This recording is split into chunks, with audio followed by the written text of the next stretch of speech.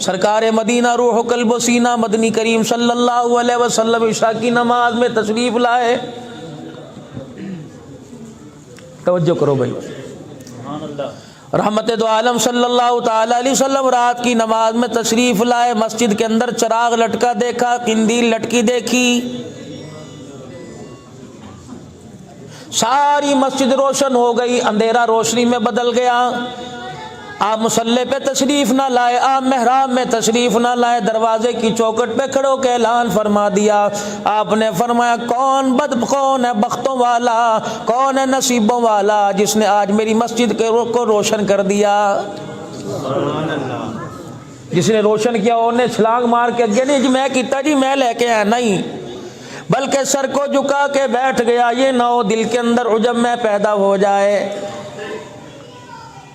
صحابہ اکرام کہنے لگے وہ تیرا تمیم داری رضی اللہ تعالیٰ عنہ ملک شام میں گیا تھا, وہاں سے قندیل لے کے آیا, وہاں سے تیل لے کے آیا. اس نے اپنے گھر میں چراغ نہ جلایا, اللہ کے گھر کے اندر چراغ جلا کر خدا کے گھر کو روشن کر دیا. رحمت والے نبی نے سن کے خاموشی اختیار نہ کی, بلکہ اپنے حجرے کے دروازے سے لے کر محراب تک دعائیں دیتے چلے گئے. اور دعا کا انداز یہ تھا, اپنے دونوں نبوت والے ہاتھوں سے نبوت والے کرتے کا کونا پکڑ لیا اور یوں کر کے جھولی پھیلائی. فرمایا تمیم داری تو نے خدا کے گھر کو روشن کیا, خدا تیرا بھلا کرے. تو نے اللہ کے گھر کو روشن کیا, اللہ تیری مغفرت فرما دے. تو نے اللہ کو گھر کو روشن کیا, خدا تجھے ایمان کی موت دے دے. رب کعبہ کی قسم ہے یوں دعا دیتے دیتے آ گئے. آخری دعا مدنی کریم صلی اللہ تعالی علیہ وسلم نے ارشاد فرمائی. فرمایا تمیم داری میں تیرے مسجد میں چراغ جلانے سے اتنا راضی ہوا, کاش میری کوئی بیٹی کواری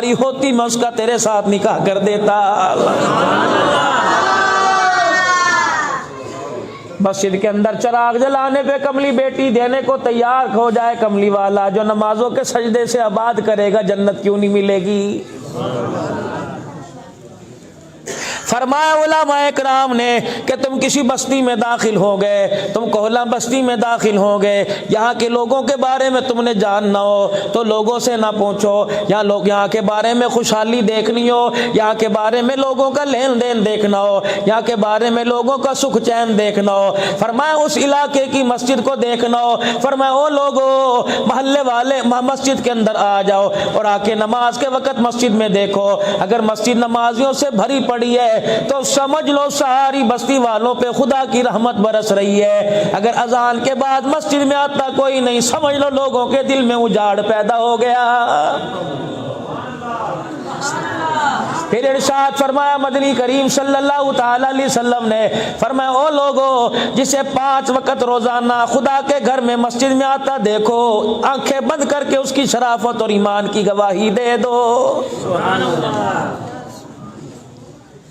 ہائے میری بدنصیبی, میں ڈیروں پر تو جاتا ہوں, میں یاروں کی بیٹھک میں تو جاتا ہوں, او لوگوں میں اپنے فصل پہ تو جاتا ہوں, میں اپنی بھیڑی پہ تو جاتا ہوں, لیکن مجھے خدا کے گھر میں آنے کا موقع ہی نہیں ملتا. رب کعبہ کی قسم ہے تجھے مکان میں جانے سے, تجھے دکان میں جانے سے, تجھے کاروبار میں جانے سے, تجھے اگا والا بنگلہ جانے سے, بنگلہ کو گھیرا جانے سے, تجھے اکاڑے جانے سے کوئی منع نہیں کرتا. خدا کے گھر کے اندر کیوں نہیں آتا؟ حالانکہ تو نے یہاں سیمٹ کی بوری دی تھی, حالانکہ یہاں تو نے ہر جمعے کو چندہ دیا تھا, تیرے باپ دادے نے اپنے, تیری اماں نے زیور بیچ کے دیا تھا, تیرے باپ دادے نے اپنا بہترین کمائی جو تھی وہ اس مسجد کو دی تھی, کیوں نہیں آتا؟ پتہ نہیں پروردگار عالم کو تیری کون سی بات بری لگ گئی, ڈیروں میں جانے کے لیے تیرے قدموں میں طاقت دیتا ہے, اپنے گھر میں آنے کی تجھے توفیق نہیں دے رہا ہے.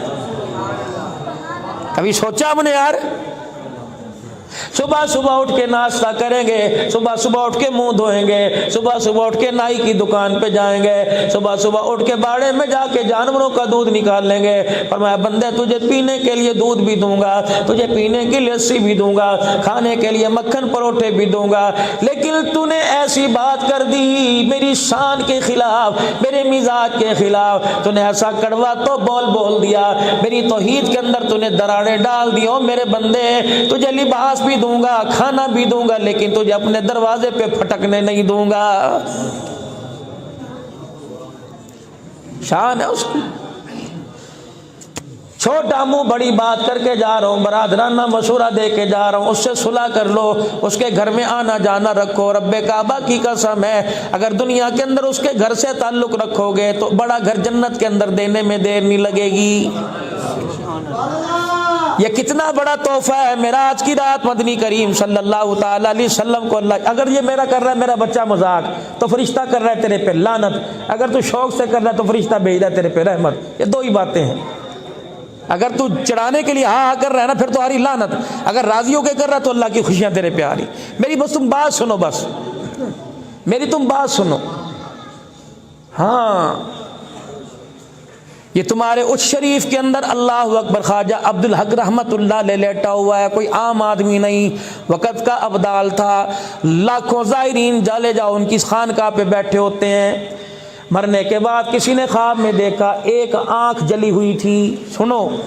ایک آنکھ جلی ہوئی تھی، کہ وقت کا پیر ہے، وقت کا مجدد ہے، وقت کا ابدال ہے، آنکھ میں تیرے کیا ہو گیا؟ کہ جب پارٹیشن نہیں ہوا تھا مسلمان ہندو اکٹھے رہا کرتے تھے، فرمایا مسلمان اور ہندو کی، میرے مرید کی اور ہندو کی لڑائی ہو گئی، ایک درخت تھا، دونوں دھوپ میں کھڑے لڑ رہے تھے، میں نے اپنے مرید کو یوں آنکھ کا اشارہ کر دیا کہ چھاں میں کھلو جا، کہ قبر میں آنے کے بعد فرشتہ لوہے کی آگ کی سلاخ لے کے آنکھ کو داغتا ہے، اللہ فرماتے تجھے مرید نظر آیا، میرا بندہ نظر کیوں نہیں آیا تھا؟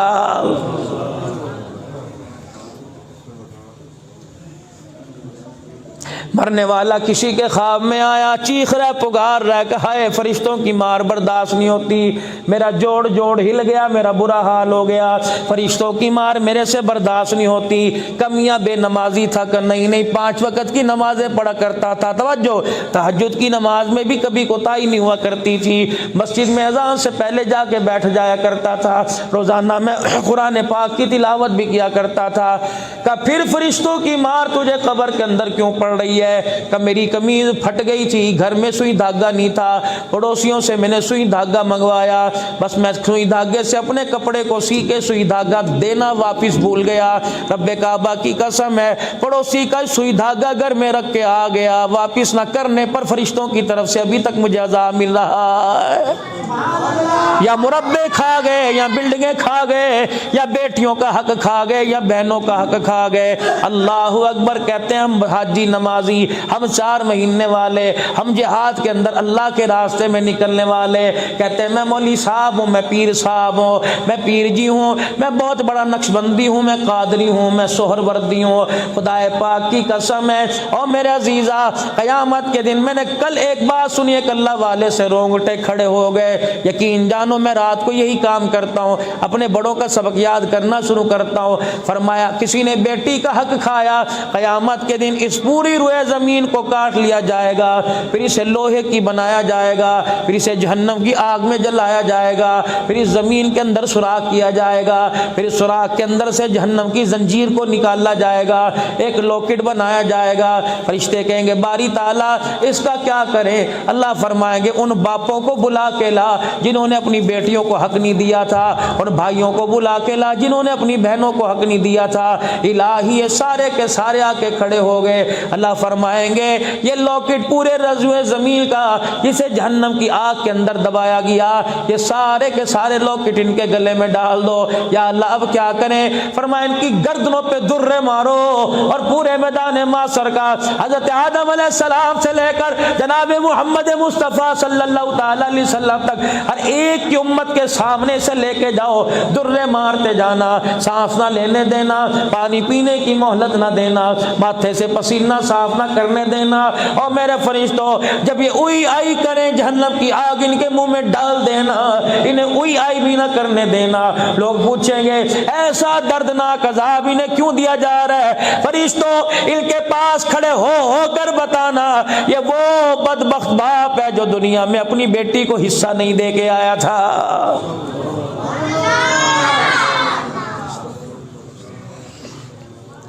پھر اللہ والے نے حدیث پاک کی تشریح کی، فرمایا کسی نے کسی کی گائے چرائی ہوگی، قیامت کے دن گلے میں گائے ڈالی جائے گی، کسی نے بکری چرائی ہوگی گلے میں بکری ڈالی جائے گی، کسی نے کسی کی بھیڑ چرائی ہوگی گلے میں ڈالی جائے گی۔ الیوم نختم علی، سورہ یاسین، الیوم نختم علی افواہہم وتکلمنا ایدیہم وتشہد ارجلہم بما کانوا یکسبون۔ فرمایا فرشتے ہونٹوں کو سی دیں گے، زبان کو مروڑ کے گانٹھ باندھ دیں گے، اللہ پوچھیں گے بول بول، زبان نہیں بولے گی، وتکلمنا ایدیہم، ہاتھوں کی ہتھیلیاں بولیں گی، وترجلہم، پیروں کے تلوے بولیں گے، الہ العالمین یہ گناہ کیا کرتا تھا، پھر زبان بولے گی اور تمہیں کیا ہو گیا، میں تو تیل ملا کرتا تھا، میں تمہیں بادام کھلایا کرتا تھا، میں تمہیں دودھ سوڈے پلایا کرتا تھا، میں زیتون کے تیل کی مالش کیا کرتا تھا۔ آسمان کی طرف دیکھ کے کہے گا ربا مجھے کیا پتا تھا، بیوی کا گلہ نہیں، ماں کا گلہ نہیں، بہنوں کا گلہ نہیں، رشتہ داروں کا گلہ نہیں، الہی مجھے کیا پتا تھا میرا وجود ہی میرا مخالف ہو جائے گا، یا اللہ مجھے کیا پتا تھا۔ حدیث میں آئے انسان کی ران بولے گی، یہ حصہ گوشت کا بولے گا، اللہ یہ کرتوت کیا کرتا تھا، کہے گا اللہ ایک دفعہ دنیا میں بھیج دے، تیری عزت کی قسم پانی کا گھونٹ نہیں پیوں گا، سبحان رب العالی کہوں گا،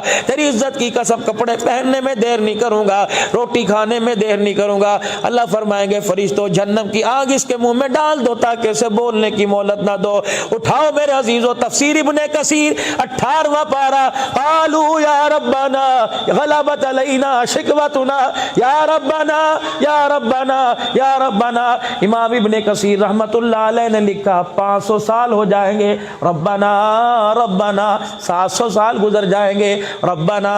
ربنا 1000 سال گزر جائیں گے، یا ربنا اللہ تکتے صحیح، اللہ بات تو سن، جواب نہ دینا تیری مرضی لیکن سن تو لے، یا ربنا 1100 سال گزر جائیں گے، حدیث پاک میں آیا 1800 سال گزر جائیں گے، یا ربنا بولتے بولتے آواز اس کی گدے جیسی ہو جائے گی۔ 1800 سال کے بعد عرش والا کہے گا اخسؤوا فیہا ولا تکلمون، اوے اس کو بھونکنا بند کر دے، آج پروردگار عالم کو اس کا بولنا ہی گوارا اچھا ہی نہیں لگ رہا ہے۔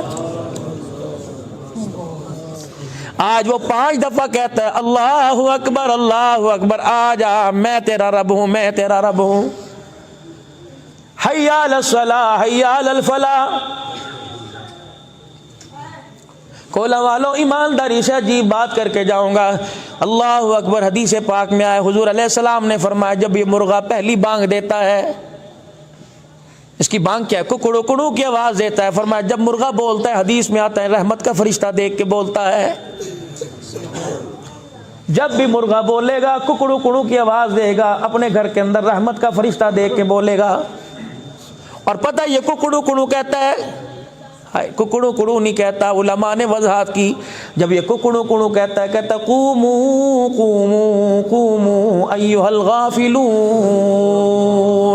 ہمیں بستروں میں پڑا دیکھ کے کہتا ہے قومو قومو، اٹھو اٹھو، ایھا الغافلون، سونے کا وقت ختم ہو گیا، تہجد کا وقت ہے، مصلی پہ بیٹھ جاؤ، رونے کا وقت شروع ہو گیا ہے۔ اندازہ لگاؤ جانور بھی باخبر کر رہا ہے، جانور باخبر کر رہا ہے، آپ اندازہ لگائے۔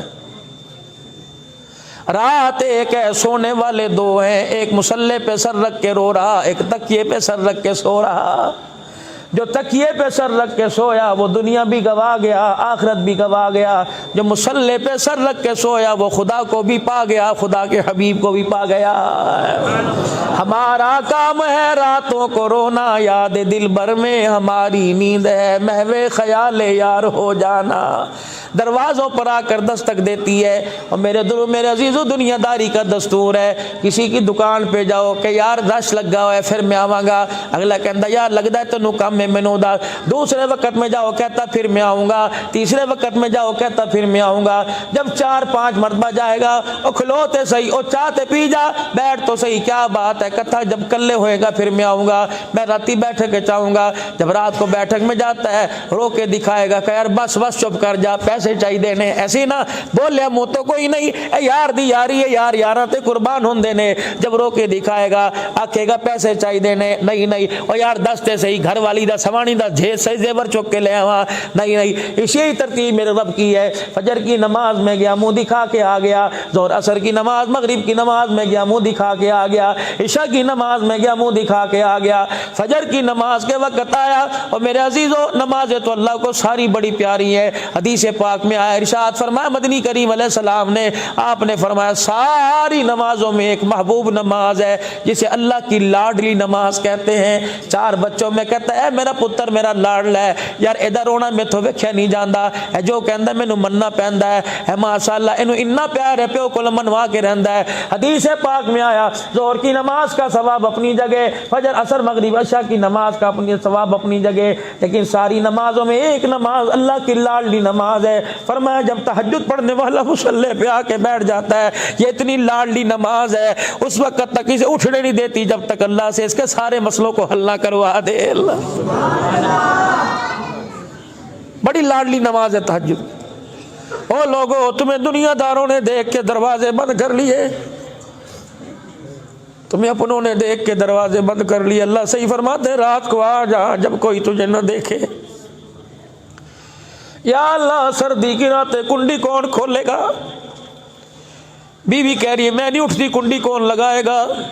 یا اللہ میں کیا کروں اللہ فرماتے ٹھیک ہے میرے گھر میں نہیں آتا گھر میں مصلی بچھا لے اللہ ایک کمرے کا مکان ہے 4 بچے 2 میاں بیوی اللہ منجیاں بچھی ہوئی جائے نماز کی جگہ کوئی نہیں اللہ صحیح فرماتے ٹھیک ہے بستر پر ہی بیٹھ جا یا اللہ کیسے بیٹھوں ادھر بیوی سو رہی ہے ادھر بچی سو رہی ہے اللہ فرماتے لیٹ ہی جا یا اللہ میں ادھر لیٹوں گا رو کے دکھاؤں گا یا اللہ میری بیوی سنے گی کہے گی کی ہویا رات انہیں چین لین دیا کر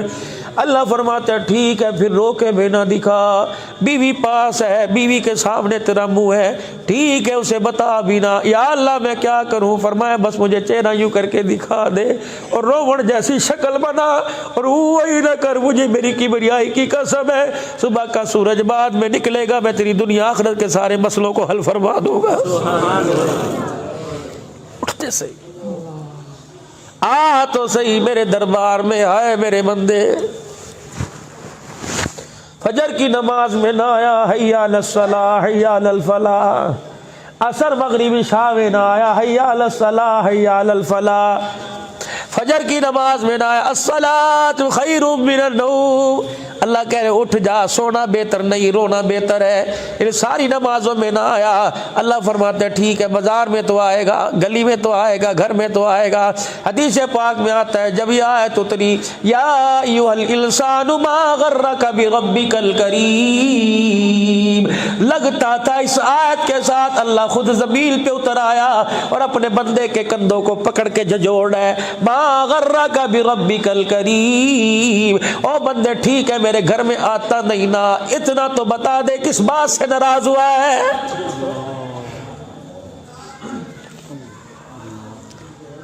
اتنا تو مجھے بتا میرے بندے کوئی کون سی چیز ہے جس نے تجھے ناراض کر دیا نہ تیری مرضی لیکن دستے سے ہی ناراض گیا کس نہ ہوئی